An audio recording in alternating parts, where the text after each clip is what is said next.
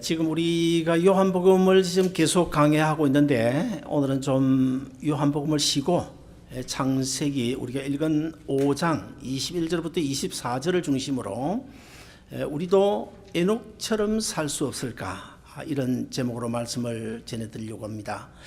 오늘 본문이 기록된 이 창세기 5장에는 여러분도 읽어보신지 모르겠지만 누가 누구를 낳고 얼마 동안 살다가 죽었더라 이런 내용들로 가득 채워져 있습니다. 자, 결과가 뭡니까? 한마디로 이야기하면 부자로 살았던 가난하게 살았던 장수를 했던 아주 단명을 했던 아무튼 간에 결과는 죽었다는 것입니다. 결과는 죽었다.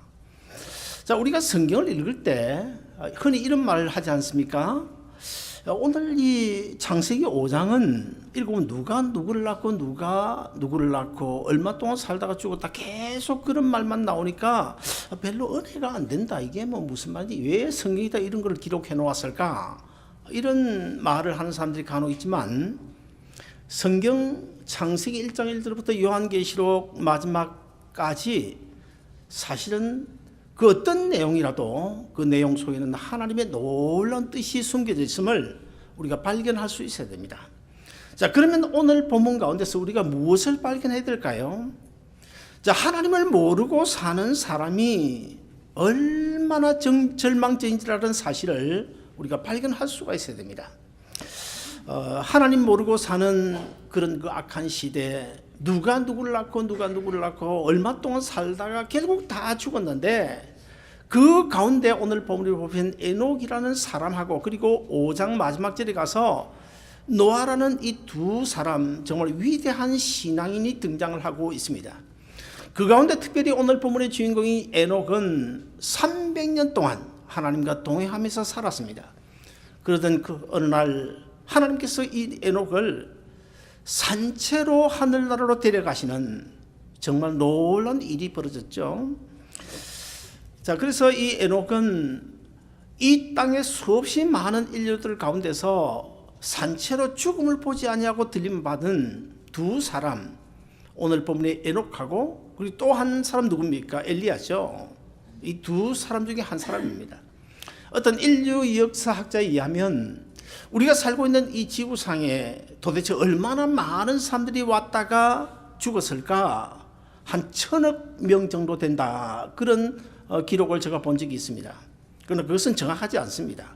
어디까지나 짐작일 뿐이고 자기 나름대로 계산한 것 뿐이지 2000억이 될지 3000억 명이 될지 아무도 몰라요.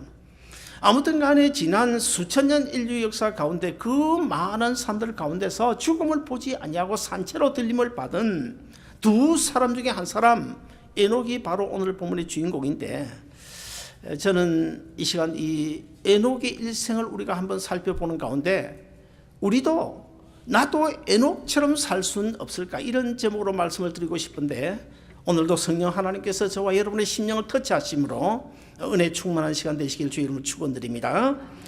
첫째, 에녹은 300년 동안 하나님과 동행을 했습니다. 여러분 KBS 1TV에 보시면 동행이라는 드라마 그 프로그램이 있어요. 이 동행이라는 그 프로그램을 보면 아주 참 감동적인 장면들이 많이 나옵니다.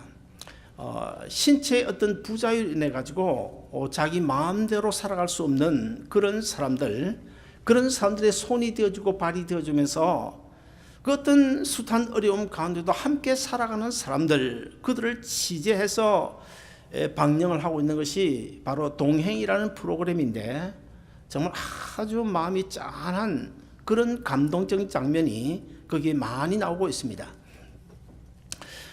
그 가운데 제가 지금도 기억이 남는 것은 경남 진주에 사는 어떤 한 분 나이가 68세인데 그 부인은 65세더라고요. 근데 그 부인이 5년 전에 조울성 치매가 왔어요. 조울성 치매가 와가지고 근데 그 치매 초기에 평생 열심히 노력해서 모아서 산 그 이 집을 누구 보증을 썼다가 그리고 또 카드 빚 때문에 그러면 그 집이 나라 그랬어요. 아무래도 짐작이 누군가 이 사람이 치매가 걸려가지고 기억을 못하니까 이용을 한 것이 아닐까 그런 짐작이 듭니다만은 아무튼 그래서 지금 월세방에 살고 있는데 근데 이 부인의 치매가 점점 심해져서 아들도 못 알아봅니다. 딸도 못 알아봅니다. 근데 참 신기하게도 남편은 정확하게 알아보는 거야. 한순간도 있지 않냐고 남편 알아보는 거야. 제가 그것을 보면서 야, 나이 들면 자식보다는 남편이구나. 자식보다는 아내구나. 그런 생각이 들었습니다. 사랑하는 여러분, 우리가 이 세상을 사는 동안에 누구와 동행하느냐 굉장히 중요하죠. 첫째는 우리가 남편 잘 만나야 되고 아내 잘 만나야 그래야 일생이 아주 순탄하게 갈 수가 있는데 그보다 더 중요한 사실은 하나님을 내 인생의 주인으로 만나야 우리 인생이 형통해지고 성공적인 인생이 되는 줄로 믿으시기를 바랍니다. 자, 우리 오늘 이 본문을 읽기 전에 조금 전에 제가 이야기했던 그 사람 이야기를 조금 더 해보면서 우리가 이야기를 나누기를 원합니다. 그런데 그분이 이제 남편만 알아보는데 옛날에 약속을 했대요. 그 아내에게 우리가 나중에 열심히 지금은 어렵지만은 돈 벌어서 열심히 일해가지고 언젠가 해외 여행 한번 가자 그런 약속을 했는데 그 약속을 지금까지 못 지킨 거예요. 그래서 이 남편이 너무너무 어렵지만 방송국의 도움을 얻어서 일본 오사카로 여행을 떠났습니다. 그런데 문제가 생겼습니다. 고급 호텔에 들어갔는데 호텔 로비나 아니면 복도에서 아무 데나 그냥 똥오줌을 싸는 거예요. 그러니 뭐 이 남편이 정말 기가 막히는 거예요. 그리고 한 번은 길을 가다가 길을 찾으면서 지도를 잠시 보고 있는 사이에 잡고 있던 아내의 손을 놓아버렸습니다. 근데 그 순간에 이 아내가 어디로 가는지 그냥 사라져버린 거예요. 그때 이 남편이 정말 안절부절하면서 그냥 얼굴이 파랗다 못해 새까매지는 그런 모습을 보면서 여러분 간혹 그러지 않습니까? 채시 앉은 자리는 독해서 풀도 안 난다. 그런 제 채신 저도 그 장면 보면서 그냥 눈물이 확 쏟아지더라고요.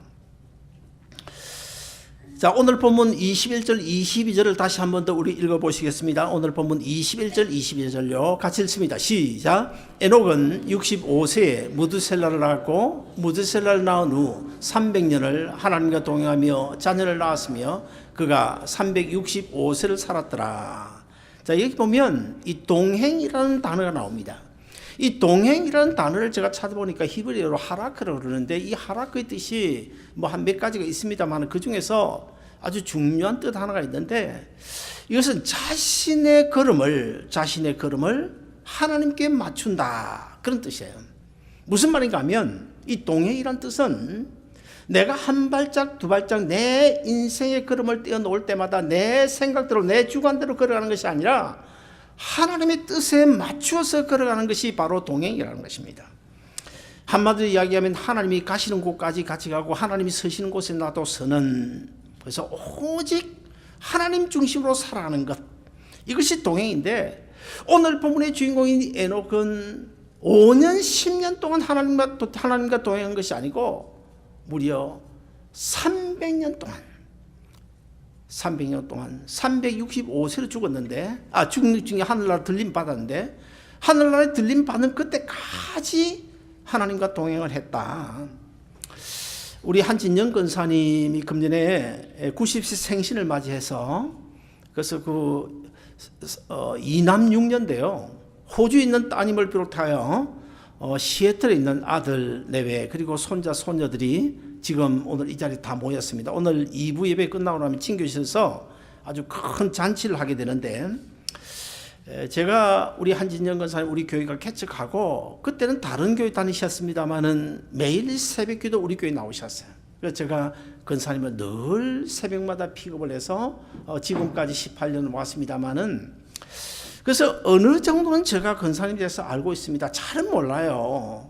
그런데 우리 권사님은 아마 짐작컨대는 미국 나이로 하면 한 34세 아니면 35세 때에 남편이 돌아가시고 유복자, 지금 56세 된 막내 아들이 뱃속에 있을 그 유복자, 그때 남편이 돌아가시고 홀로 이남육녀를 신앙적으로나 사회적으로 얼마나 잘 이렇게 키웠는지 몰라요. 아주 훌륭한 아들, 딸로 키웠습니다. 그래서 어제 그 큰 사이 되시는 우리 김성규 집사님 저보고 이런 이야기를 합니다. 우리 근사님 스라이는 사자는 거의 다 들어있대. 목사, 박사, 근사, 심지어 집사까지. 사자는 다 들어있다. 제가 생각해도 그런 것 같아요. 참 성공적인 인생을 우리 근사님 사셨다. 이런 생각이 드는데요.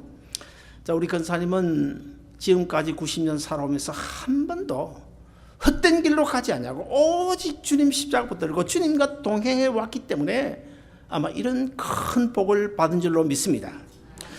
아담이 범죄한 이후에 에녹, 오늘 본문의 에녹 당시까지는 정말 세상이 너무 악했어요. 얼마나 악했는지 몰라요. 그 시대가 얼마나 악했으면 창세기 6장 3절에 보시면 하나님께서 이런 말씀하십니다.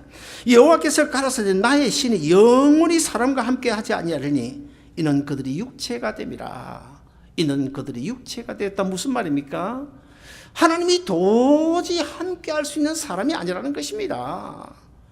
하나님이 형상을 부여해서 만들었는데 그 만든 인간들이 너무너무 제약에 빠져 사람 구실을 못한다는 것입니다. 그냥 짐승처럼 되었다, 동물처럼 되었다, 그런 이야기입니다. 그래서 이제는 더 이상 나의 신 성령님을 더 이상 너희들과 함께 두지 못하겠다, 거두고 가시겠다, 이런 내용입니다. 자, 그런 악한 시대에 300년 동안 하나님과 동행했다. 이게 쉬운 일일까요? 아마도 에녹이 하나님과 300년 동안 동행하기 위해서 많은 유혹을 물리쳐야 됐을 것입니다. 그리고 자기 자아도 버리고 욕심도 욕망도 다 그냥 주님 십자가 밑에 묻어버리고 오직 주님만 바라보고 따라갔을 것입니다. 우리 한 근사님도 30대 중반의 젊은 나이에 얼마나 유혹이 많았겠어요. 지금 90세인데도 얼마나 이쁩니까? 그래서 내가 어제 그런 생각 들더라고. 아마 지금 90세 저 정도 이쁘면 아마 옛날 30대에는 상당히 아마 이쁘지 않았을까. 요즘 뭐 미스 코리아들이 아마 울면서 아마 피해가지 않았을까, 그런 생각이 드는데요. 얼마나 유혹이 많았겠어요, 세상 유혹이. 그럼에도 불구하고 오직 십자가 붙들고 오늘까지 왔기에 이런 복을 받았을 줄로 저는 믿습니다. 우리가 삶 속에서 당하는 많은 고난, 어려움들이 있는데요. 그 고난, 어려움들을 우리가 어떻게 해야 견딜 수 있을까요? 아무리 힘들고 어려운 일이 있어도 하나님은 여전히 나와 함께 계신다. 하나님은 내가 어떤 상에 처하도 하나님은 반드시 나를 구해 주실 것이고 이 어려운 문제 속에도 하나님의 놀라운 뜻이 있을 것이다. 그래서 하나님이 하나님 되심을 인정하고 하나님은 나의 구주로, 내 인생의 주인으로 끝까지 따라갈 때 이것이 바로 우리가 하나님 주권 신앙이라고 말할 수 있는데, 이 하나님 주권 신앙이 있었기 때문에 에녹이 아마 승리할 수 있을 것이고 이 하나님 주권 신앙을 가지고 있었기 때문에 우리 한근사님도 오늘에 이르지 않았을까, 그런 짐작을 해봅니다. 욥기서에 보면 욥의 이야기가 나오죠. 욥이 하루아침에 그 크던 사업체가 그냥 망하고 말았습니다. 10 자녀들이 다 죽었습니다. 사랑한다고 늘 그냥 애교를 부리던 아내마저도 저주를 하면서 도망을 가버리고 말았습니다. 친구들은 찾아와가지고 위로는 그냥 오히려 바짝바짝 그냥 약만 또 구우고 가는 그런 상황 속에서 욥이 얼마나 힘들고 괴롭겠어요. 얼마나 참 어려웠겠어요. 그런 욥이 하나님에 대하여 이런 하소연을 하고 있는데요. 욥기서 7장 2절에 보시면 하나님이여, 내가 바다니까, 내가 용이니까, 내가 무엇이건데 하나님께서 아침마다 나를 건증하시고 분초마다 나를 시험하시나이까. 도대체 내가 하나님 앞에서 내가 뭔데, 뭐 이렇게 별 볼 일 없는 존재, 뭐 그렇게 중요하기에 하나님께서 한시도 눈을 떼지 아니하시고 나를 이렇게 지켜보고 계시는 것입니까? 나의 침 삼키는 동안까지 나를 지켜보고 계시는 그 하나님, 언제 나를 좀 내버려 두시겠습니까? 이런 하소연을 해요.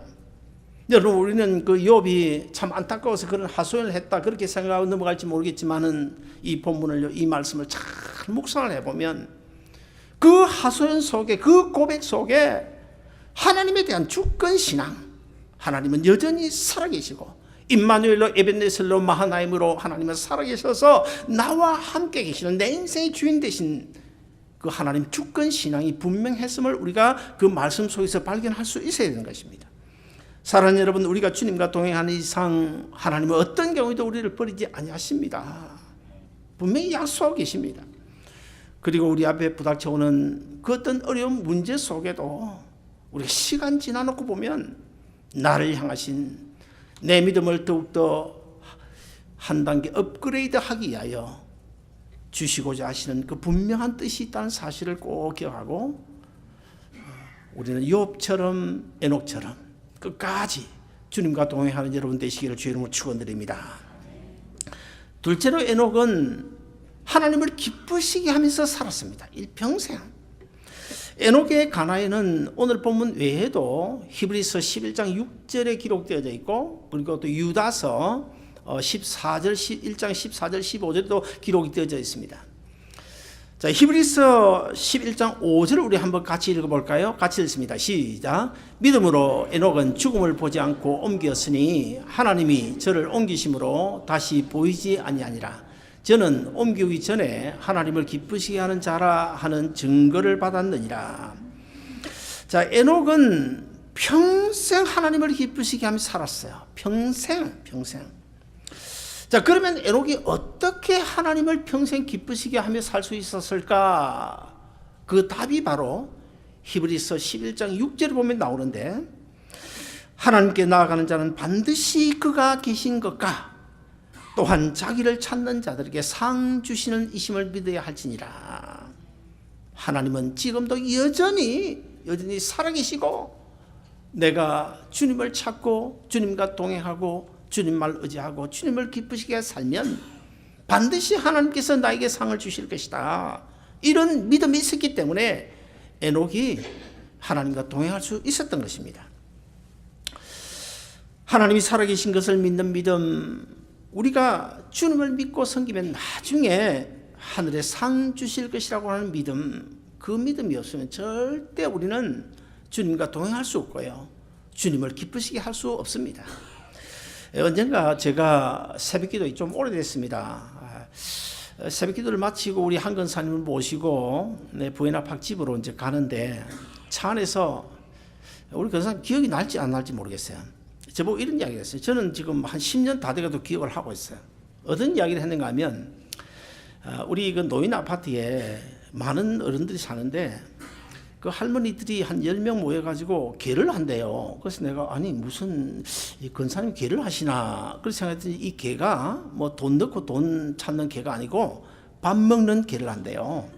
그래서 한 10명의 할머니들이 순번을 정해가지고 1번부터 10번까지 순번을 정해 이 달에는 내가 사고 다음 달에 누가 사고 순번을 정해서 이제 개를 하는데 할머니들 하나같이요. 어떻게든지 우리 일반적으로 개라고 하는 것은 먼저 첫 순위를 앞순위를 좋아하지 않습니까? 근데 이 개는 앞순위를 다 싫어하는 거야. 어떻게든지 앞순위 안 하고 뒤 끝순위 하려고 막 그냥 야단한대요. 여러분 왜 앞순위 안 하려고 하는 것입니까? 혹시 내가 1번, 2번 밥 사고 나서 죽으면 손해볼까 싶어가지고 근데 우리 한 권사님은 자기가 1번 한대. 자기가 1번, 내 1번 할게. 1번 한대요. 그러면 우리 한진영 권사님이 왜 1번 하겠다는 것입니까? 제가 그 문제를 두고 그때 내가 생각한 건 아니고 어제 설교를 준비하면서 생각이 나가지고 곰곰이 왜 권사님이 1번 하려 할까? 그걸 좀 생각해보면 두 가지 이유가 있어요. 첫째 하나는 내가 1번 밥 사도 하나님께서 10번 마지막까지 얻어먹을 수 있도록 하나님이 내 생명 지켜주실 것이라고 하는 그런 믿음이 있기 때문이고, 그 다음에 두 번째는 뭘까요? 두 번째는 내가 1번 밥 사고 혹시 죽더라도 천국의 소망이 있기 때문에, 천국의 소망이기 때문에. 그리고 90이나 된 어른이면 어떻게든지 받는 거 좋아하고 섬김을 받으려고 하잖아요. 근데 우리 한 권사님은 거의 아마 10년 된 것 같은데 매 성탄절마다 우리 호산나 찬양팀 꼭 선물을 합니다. 하나씩 선물을 합니다. 하다못해 과일 몇 개씩이라도 꼭 선물을 합니다. 여러분, 그게 바로 하나님의 일이고 그게 바로 하나님이 기쁘시게 하는 일이에요. 자, 우리 옆 사람 오시면서 이렇게 한번 하십시다. 집사님, 권사님, 제가 밥 한번 사겠습니다. 한번 해볼까요? 밥 한번 사겠습니다. 밥 한번 사겠습니다. 자, 그러면 이제 오늘 약속했습니다. 우리 주님이 보증하는, 주님이 코사인한 약속이기 때문에 이 약속을 지켜야 돼요.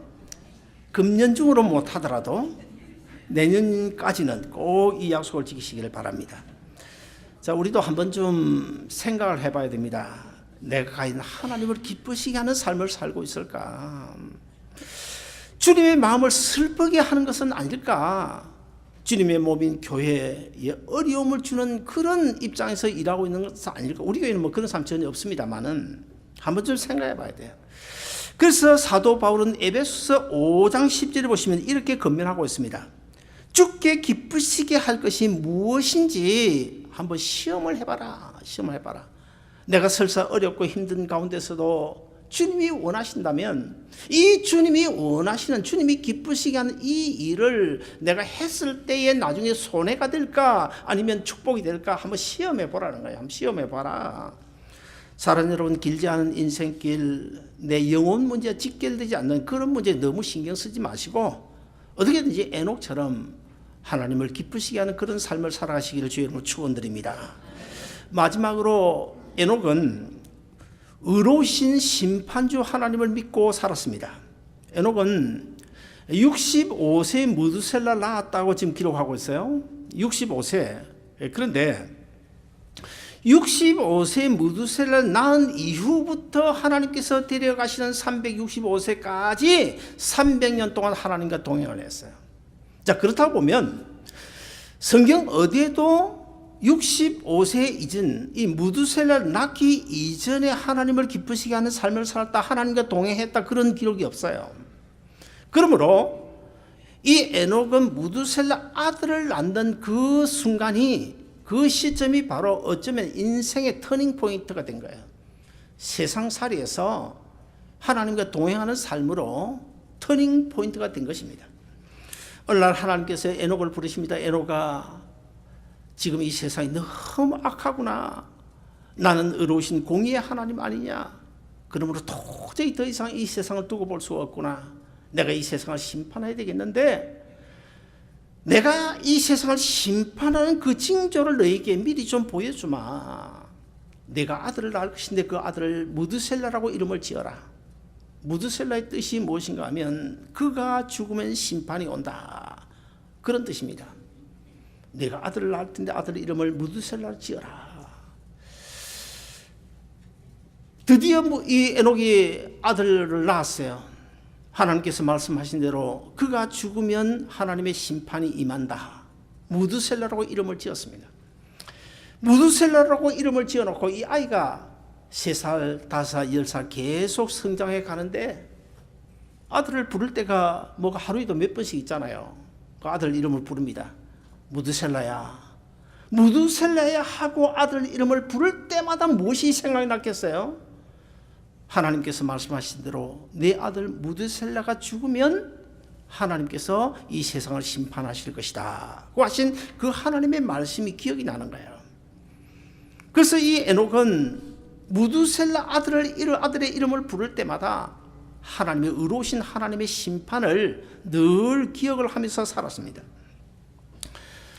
유다서 1장 14절 15절을 보시면 이 에녹을 통해서 이 마지막 때, 오늘 이 시대에 이 악한 죄악 세상을 심판하실 것을 예언을 하고 있는데 우리 한번 같이 읽어보시겠습니다. 다 같이 읽습니다. 시작. 아담의 7대 손 에녹이 사람들에 대하여도 예언하여 이르되 보라, 주께서 그 수만의 거룩한 자와 함께 임하셨나니 이는 무 사람을 심판하사 모든 경건하지 않은 자가 경건하지 않게 행한 모든 경건하지 않은 일과 또 경건하지 않은 죄인들이 주를 거슬려 한 모든 완악한 말로 말미암아 그들을 정죄하려 하심이라 하셨느니라.